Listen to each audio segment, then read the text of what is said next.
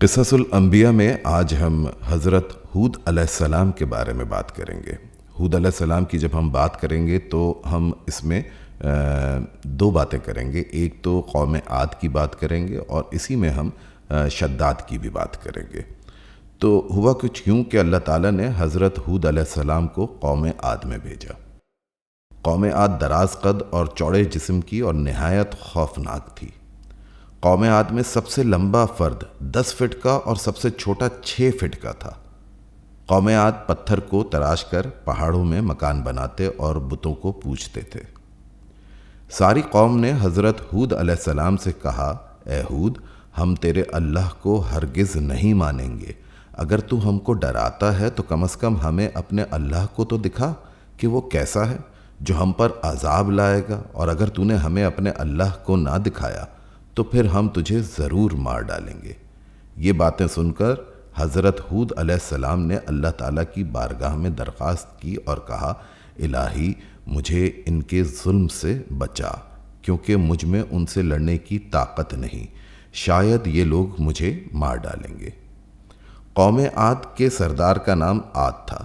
زمانہ طوفان نوح علیہ السلام سے اس کے زمانے تک، یعنی کہ عاد کے بادشاہ کے سردار کے زمانے تک 700 برس گزر گئے تھے۔ سب کے سب نافرمان تھے اور اپنی زبانوں سے کہتے تھے، زمین پر کون ایسا ہے جو ہم سے زیادہ طاقت رکھتا ہو؟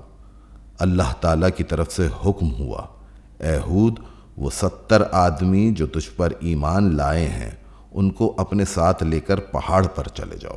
تب حضرت ہود علیہ السلام ان کو لے کر پہاڑ پر چلے گئے اور کہا، اے قوم، اب تم کو ہوا ہلاک کرے گی اور تم پر جلد عذاب الہی آئے گا۔ تو قوم عاد کے لوگ جو تھے وہ بولے، کون سی ایسی ہوا ہے جو ہم پر غالب ہوگی؟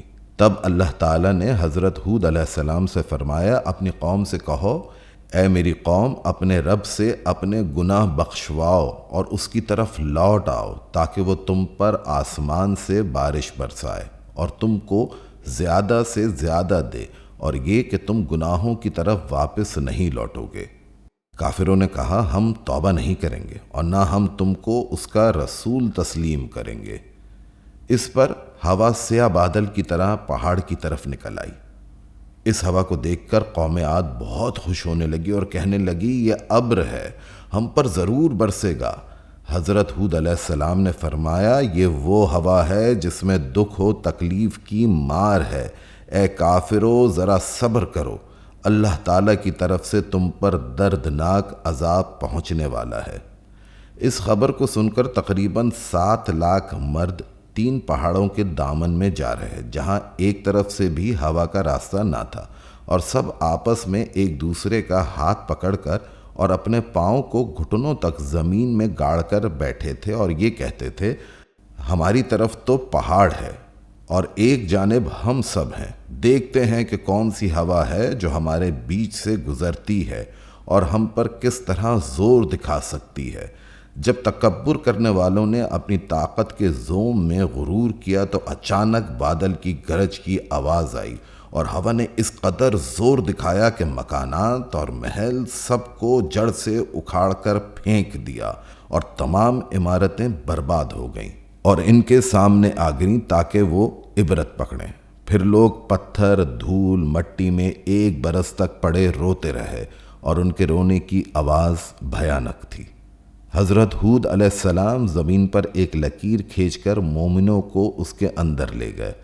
ہوا نے بہت زور کیا مگر جو مومن تھے ان کا بال بھی باقی نہ ہوا۔ اس ہوا سے ان کا کچھ نہ بگڑا اور وہ صحیح سلامت رہے۔ کسی نے سچ کہا ہے، جو شخص اللہ تعالیٰ کا ہو جاتا ہے تو اللہ تعالیٰ اس کا ہو جاتا ہے۔ اس واقعے کے بعد حضرت ہود علیہ السلام تقریباً 40 سال تک زندہ رہے اور پھر دنیا سے رحلت فرمائی۔ یہاں پہ جیسے میں نے پہلے بھی آپ سے عرض کیا تھا کہ شداد کا ذکر، یعنی شداد العین کا ذکر جو ہے وہ بھی آئے گا، کیونکہ شداد کا ذکر اس لیے آنا ضروری ہے کہ وہ بھی حضرت ہود علیہ السلام کے دور میں ہی تھا، اور چونکہ وہ بھی قوم عاد سے تھا اور حضرت ہود علیہ السلام کو قوم عاد ہی کی طرف بھیجا گیا تھا۔ حقیقت یہ ہے کہ عاد کے 2 بیٹے تھے، ایک کا نام شدید اور دوسرے کا نام شداد تھا، اور یہ دونوں ایک وسیع سلطنت کے بادشاہ تھے اور دونوں کا ٹھکانہ ملک شام تھا۔ شدید تو تقریباً 70 سال تک بادشاہی کر کے مر گیا اور پھر شداد ملعون بادشاہ بنا۔ اس نے تمام روئے زمین کو فتح کیا اور ہر جگہ اس کا حکم چلتا تھا اور اس کے ماننے والے کفر و شرک میں مبتلا تھے، لیکن اس میں خوبی تھی۔ اس کے عدل کی وجہ سے شیر و بکری ایک ہی جگہ پانی پیتے تھے۔ اس کے انصاف کی ایک مثال بہت مشہور ہے۔ 2 آدمی اس کی عدالت میں آئے، ان دونوں نے عجیب و غریب کہانی سنائی۔ ایک شخص بولا، میں نے اس سے زمین کا ایک ٹکڑا لیا ہے اور پوری قیمت دے کر اس پر قبضہ کیا ہے۔ میں نے اس زمین میں خزانہ پایا اور وہ اس کو دیتا ہوں اور یہ کہتا ہے کہ میں نے تو زمین کو بیچا ہے، اب میں اس خزانے کو ہرگز نہیں لیتا۔ میں نے زمین خریدی نہ کہ خزانہ خریدا ہے، اب وہ اس کو لینے میں بہت ہیلا و بہانہ کرتا ہے۔ جب حاکم وقت نے پوچھا کہ تم دونوں کی کوئی اولاد بھی ہے تو وہ بولے کہ ایک کی بیٹی اور ایک کا بیٹا ہے۔ حکم دیا کہ دونوں کا آپس میں نکاح کر کے یہ مال ان کو دے دو۔ اس طرح اس انصاف سے ان کا جھگڑا طے کیا۔ بعد ازاں حضرت ہود علیہ السلام کو اس کی ہدایت کے لیے بھیجا گیا۔ حضرت ہود علیہ السلام نے شداد کو ایمان کی دعوت دی، پر وہ ایمان نہ لایا اور کافر و مشرک ہوا۔ حضرت ہود علیہ السلام نے جب اس کو ایمان کی دعوت دی اور اسے ایمان لانے کے لیے کہا تو وہ کہنے لگا، اگر میں تمہارا دین قبول کر لوں تو مجھے کیا ملے گا؟ حضرت ہود علیہ السلام نے فرمایا، حق تعالیٰ تجھ کو اس کے بدلے ہمیشہ کی جنت دے گا اور ہمیشہ تجھ پر اپنا فضل فرمائے گا۔ لیکن شداد نے کہا کہ اے ہود، تو مجھے جنت کا لالچ دیتا ہے اور میں نے اس جنت کی خوبیاں سنی ہیں۔ میں بھی اس دنیا میں اس جنت کی طرح جنت بناؤں گا اور دن رات عیش کروں گا۔ مجھے تیرے رب کی جنت کی کوئی ضرورت نہیں۔ اس مکالمے کے بعد شداد نے اسی وقت تمام ممالک کے بادشاہوں اور وزیروں کو خطوط لکھے جو اس کے تابع تھے، اور ان میں لکھا کہ تمہارے ملک میں جس جگہ زمین ہموار ہو، اس میں کہیں اونچ نیچ نہ ہو، اس کی ہمیں اطلاع دو۔ ہم اس جگہ پر جنت بنانے کا ارادہ رکھتے ہیں۔ اس کے فوراً بعد اپنے قاصد ہر جگہ بھیجے تاکہ وہاں سے سونا، چاندی اور جواہرات جلد لے کر آئیں، اور ان قاصدوں سے یہ بھی کہہ دیا کہ جتنے بھی مشک، عنبر اور موتی ہاتھ آئیں، سب کے سب ساتھ لے آئیں۔ اس وقت شداد کے کنٹرول میں 1000 ملک اور 1000 بڑے شہر تھے۔ ہر ملک اور شہر میں تقریباً 1 لاکھ آدمی موجود تھے۔ خطہ عرب میں زمین کا ایک ٹکڑا ملا جس کا رقبہ 160 میل تھا۔ اس کے فوراً بعد عمرہ کو حکم ہوا کہ 3000 افراد پیمائش کریں اور ہر ایک فرد کے ساتھ 100 بہترین کاریگر ہوں۔ حکم صادر کیا گیا کہ سارے ملک کا خزانہ وہاں لا کر جمع کیا جائے۔ سب سے پہلے 40 گز زمین میں نیچے سے کھود کر سنگ مرمر سے جنت کی بنیاد رکھی گئی اور اس کی دیواریں سونے اور چاندی کی اینٹوں سے اٹھائی گئیں۔ چھت اور ستون سبز زمرد سے بنائے گئے۔ دنیا میں کسی نے ایسی جنت نہیں بنائی تھی۔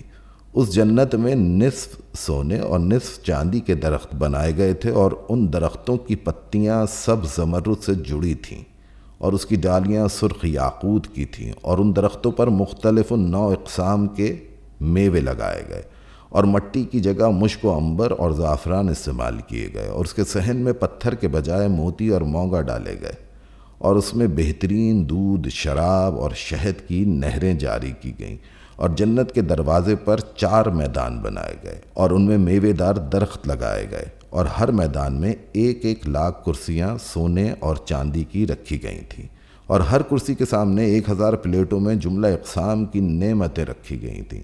یہ کام 30 سال میں مکمل ہوا۔ شداد نے ہر ملک میں داروغوں کو بھیجا کہ کسی ملک میں درہم برابر چاندی نہ چھوڑو اور اس جنت میں لا کر جمع کرا دو۔